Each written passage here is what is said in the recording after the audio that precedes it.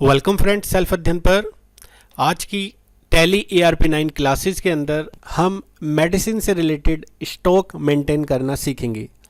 Medicine से stock से related हम बैच के अकॉर्डिंग कैसे मेडिसिन को मेंटेन करते हैं, उसकी मैन्युफैक्चरिंग डेट, एक्सपायरी डेट को कैसे मेंटेन करते हैं। साथ ही साथ अगर हम मेडिसिन के अंदर एग्जाम्पल के लिए हम एक टैबलेट का पूरा पत्ता परचेज कर रहे हैं, उसमें से हम कुछ यूनिट सोल्ड कर रहे हैं जैसे 2 पीस या 3 पीस, तो उसकी एंट्री कैसे करेंगे। या इसी तरीके से पैकेट्स के अंदर हमने अगर माल खरीदा है और हम पूरे पैकेट्स सेल ना करके उसमें से कुछ नंबर्स पीसेस सेल कर रहे हैं, तो उसकी एंट्री टैली में कैसे करेंगे, कैसे हम मेडिसिन से स्टॉक रिलेटेड एंट्रीज पोस्ट करेंगे, वही आज की क्लास में हम डिस्कस करने वाले हैं।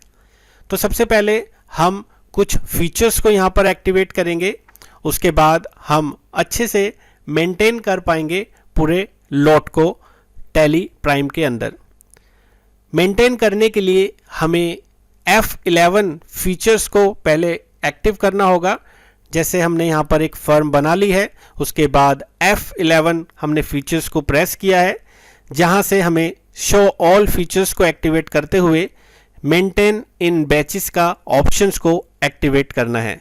जैसे ही हम यहाँ पर मेंटेन इन बैचेस को एक्टिवेट करेंगे, यानी कि इनेबल बैचेस को एक्टिवेट करेंगे, नीचे के ऑप्शंस को भी हमें एक्टिवेट करना होगा, जिसमें हम एक्सपायरी डेट भी आइटम से रिलेटेड मेंटेन कर पाएंगे। ये सभी चीज़ें डालने के बाद हमने कंट्रोल A से इसको सेव कर दिया है। उसके बाद हम यहाँ पर यूनिट क्रिएट करेंगे। यूनिट क्रिएट करने के लिए हमने यहाँ पर एक सिंबल पास करा दिया है STR, और इसका यूनिट क्वांटिटी कोड अगर हमें नहीं दिखता तो हम इसे नए तरीके से भी क्रिएट कर सकते हैं। हम यहाँ पर न्यू UQC कोड को क्रिएट कर देंगे। उसका नाम हमने यहाँ पर डाल दिया है और उसका फुल फॉर्म भी हमने यहाँ पर पास कराते हुए सेव करा दिया है। ये सभी चीज़ें डालने के बाद हमने यहाँ पर नंबर्स के लिए NOS सिंबल दिया है, जिसका यूनिट क्वांटिटी कोड भी हमने यहाँ से पास करा दिया है।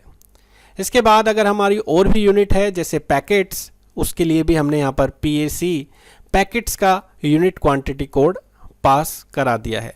इससे रिलेटेड अगर हमारे और भी कोई सिंबल्स हैं वो भी हम क्रिएट कर सकते हैं। इसके बाद हम यहाँ पर आइटम क्रिएशन की ओर जाएंगे। आइटम क्रिएशन में एग्जाम्पल के लिए हम डाल देते हैं PCM टैबलेट्स, और यहाँ पर उसके MG 200 MG हमने यहाँ पर पास करा दिया है।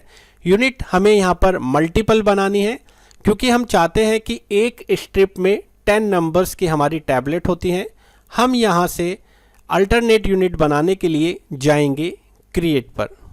क्रिएट पे हमें जाना होगा और हमें ऊपर से उसे कंपाउंड का टाइप सिलेक्ट कराना होगा। जैसे हम कंपाउंड सिलेक्ट कराएंगे, हमें मेन रखना है स्ट्रिप ऑफ 10 नंबर्स।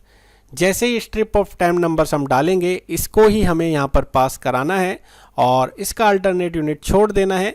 हमें अगर मैन्युफैक्चरिंग और एक्सपायरी डेट डालनी है तो मेंटेन इन बैचेस को हमें यहाँ से करना होगा यस करने के बाद हमें उसकी मैन्युफैक्चरिंग डेट भी डालनी है और उसकी एक्सपायरी डेट भी डालनी है, जिसको हमें यहाँ से करना होगा एक्टिवेट करने के बाद हमारा दूसरा आइटम, जो कि हम यहाँ पर इंसुलिन का एग्जांपल ले रहे हैं, इंसुलिन हम परचेज करेंगे, जिसका हमने पहले स्टॉक आइटम क्रिएट करना है, और इसमें एक पैकेट में 12 पीसीज हैं, जिसका हमें फिर से यहाँ पर अल्टरनेट यूनिट क्रिएट करना होगा।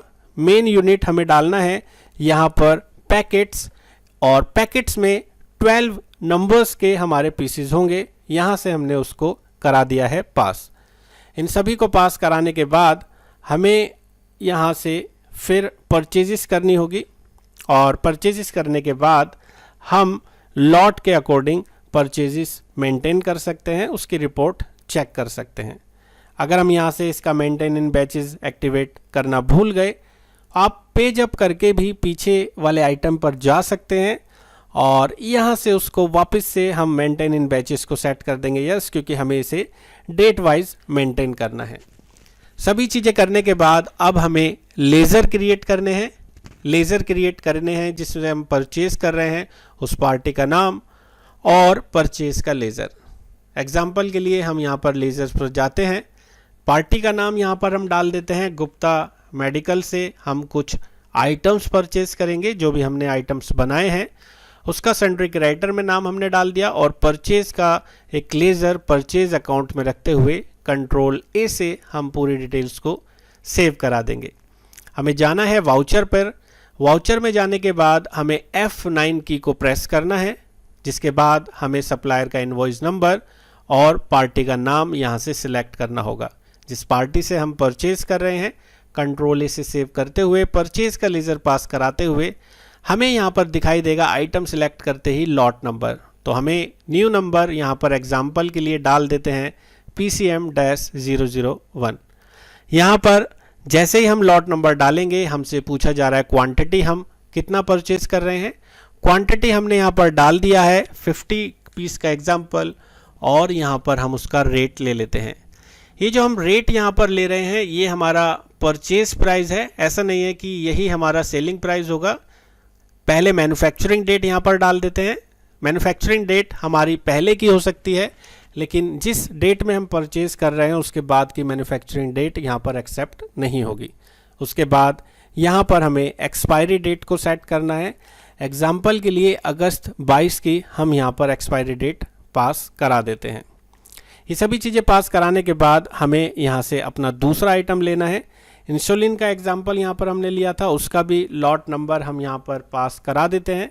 लॉट नंबर डालने के बाद उसके कितने पैकेट्स हम परचेज कर रहे हैं, 30 पैकेट्स हम परचेज कर रहे हैं, जिसका हमारा परचेज प्राइस है 45 रुपये का।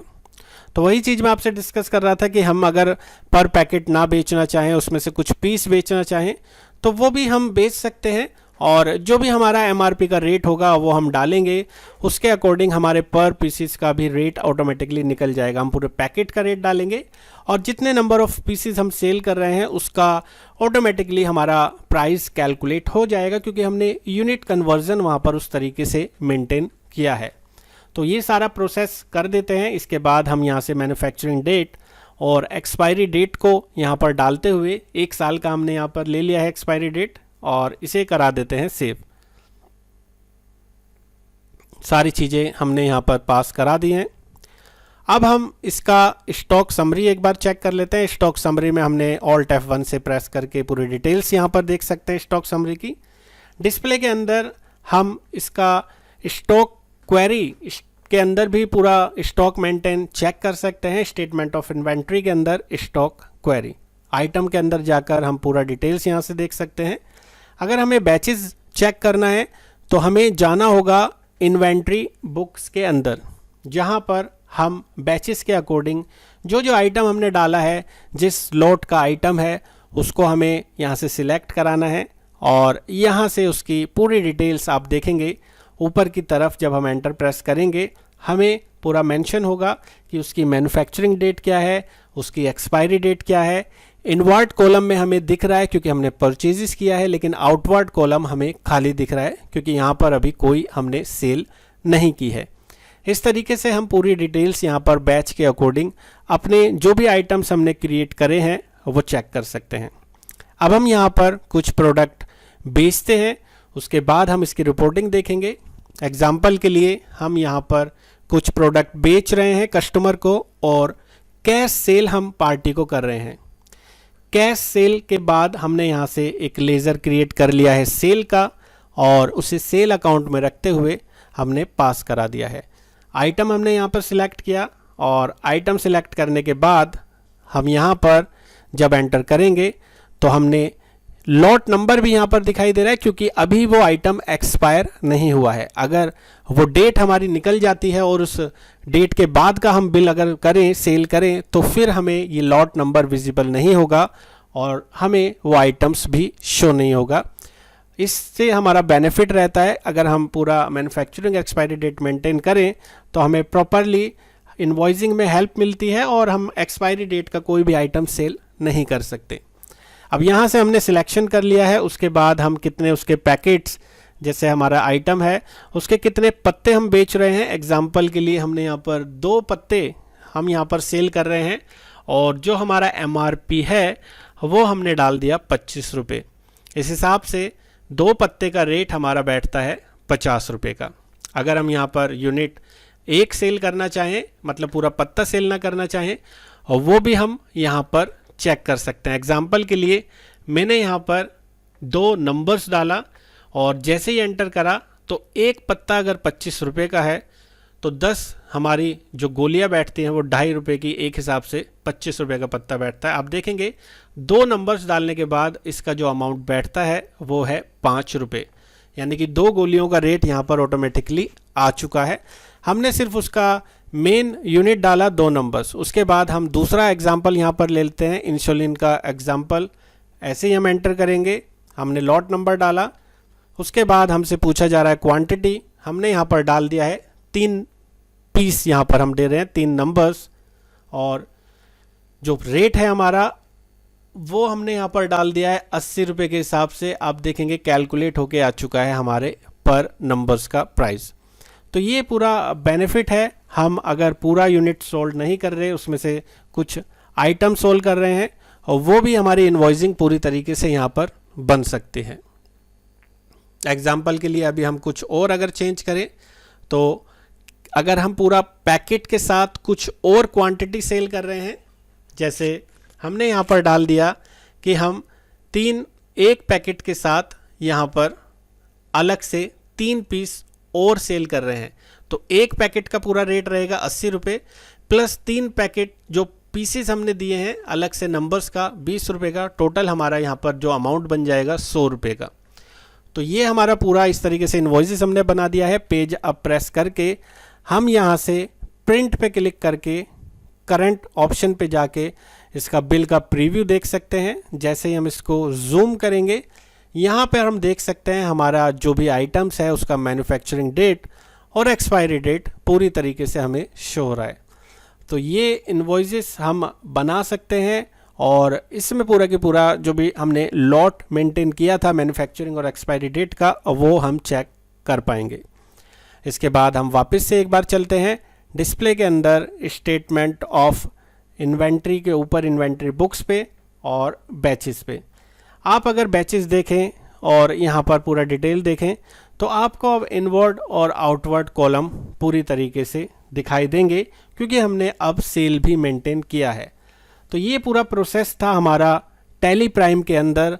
हम मेडिसिन से रिलेटेड कैसे स्टॉक मेंटेन करेंगे, कैसे लॉट मेंटेन करेंगे, और उसका पूरा एक डिटेल्स हम कैसे यहाँ पर रिपोर्टिंग का चेक करेंगे, ये पूरा प्रोसेस आपने आज की वीडियो में देखा।